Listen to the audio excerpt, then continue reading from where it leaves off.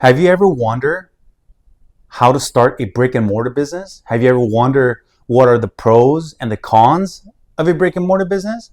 Well, if you always wanted to open a brick and mortar business, or if you even thought of opening a brick and mortar business, watch this video from beginning to end, and I'll tell you all of my experience of the 5 years that I own a brick and mortar business. I know your time is very valuable. That's the reason why we have events like this. We want to go ahead and educate our community. Our Start Thinking program, it's about helping the community understand business concept, financial concept, and things like that to help them benefit their life in ways and aspect that they can't get it from school or they can't get it from their peers. Hey guys, welcome back to Plan Success. Today, my name is Sal, and on this channel, we talk about personal development, entrepreneurship, personal finance, and self-success. So today I want to talk about a brick and mortar business that I owned back in 2015 and I sold in 2020. The reason why I purchased it was for a different reason. The reason why I sold it was also for a different reason.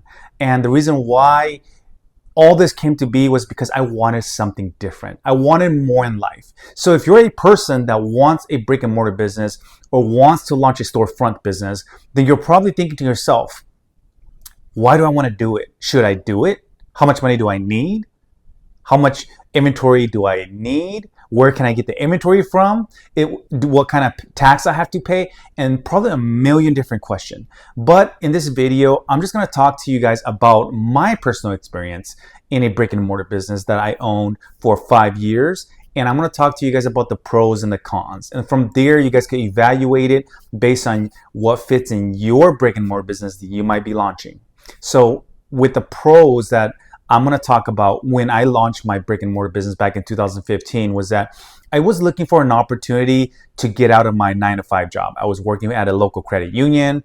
I was really confused of what I wanted to do in life. I wanted financial success, but I wanted it quick. I also wanted the lifestyle of a businessman. I wanted the nice cars, the nice houses. I wanted the nice time that I can have with my family and all of that above that you ever think of if you want to be a business person or an entrepreneur. So let's talk about some of the pros. So some of the pros about owning your own brick and mortar business is that you make your own schedule, which is 100% true. You do make your own schedule, but you got to think about it this way.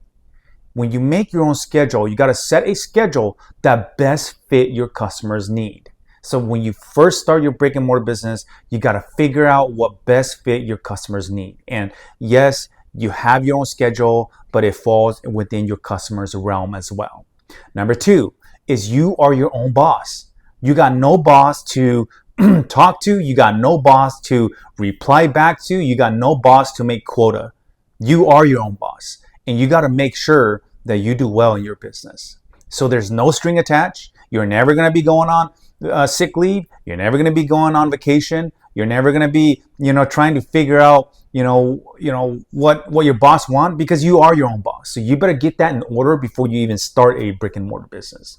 Number 3, if you have a sense of accomplishment, and that's one of the biggest pros, is that when I first started my brick and mortar business, I had a sense of accomplishment. I feel that I did something big, and I feel that I've changed my life. But again, that's a pro, but it's also a con. Number 4, growth within yourself. During this period of that 5 years, I have grown so much because there were so many trials and error. There were so many issues with the retail store and the service store that I had. There were so many problems that I have to overcome with the landlord, taxes. There were so many different issues. But with that, I've grown so much as an individual. I learned so many different things. And I'm going to be honest with you.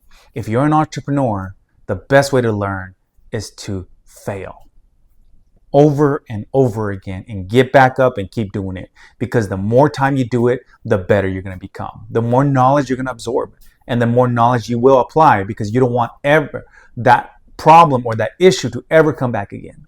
Now, number 5 of pros is that you can make an endless amount of money. The amount of money you want to make is based on your own time and effort. If you want to make $5,000 a month, you can make $5,000 a month. If you want to make $10,000 a month, you can make $10,000 a month. But it comes down to your products that you're selling and your service that you're selling, and also your character and attitude on how you're going about it. So with that said, guys, those are the pros about owning your own brick and mortar business. At least those were the pros that I found out when I owned my own brick and mortar business. All right, guys, so let's talk about some of the cons, okay? Number one is you don't have free time, which is 100% true. You are the boss, you are the employee, and you are the business. When you own a brick and mortar business, a storefront business, you do not have free time. A lot of that free time you have goes right back into the business. I remember when I had my store, I was there from 8 o'clock in the morning to 9 o'clock at night. I was there every single day. We opened 7 days a week. The only day I have off was 4th of July, New Year's Day, Christmas, and Thanksgiving. The 4 major holidays. Those are the only time I had off with my family. Otherwise, I was working day in and day out.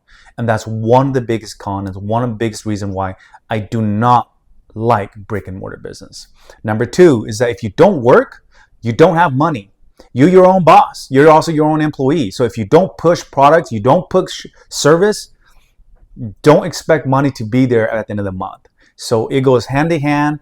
You make all the money you can when you are 100% pushing your business, and you make zero money when your store is constantly closed. So you are literally building your own business with your own two hands. You can make infinite amount of money, or you can make no money. So one of the cons is that if you don't work and you don't have a good work ethic, don't open a storefront business because you won't make any money. Even if you have great products and you're closing all the time, you won't make good money. Number three of con is that when you have too much pride in your business, you lose sight of all the things you truly love around you, such as family, such as time, such as friends, such as social relationship, such as belief. Okay, you lose them all because you're so focused on growing something that you lose out on the most valuable things that you should be holding tighter to. And that's one of the biggest things I've learned from owning a brick and mortar business, was that I was so proud of what I put up.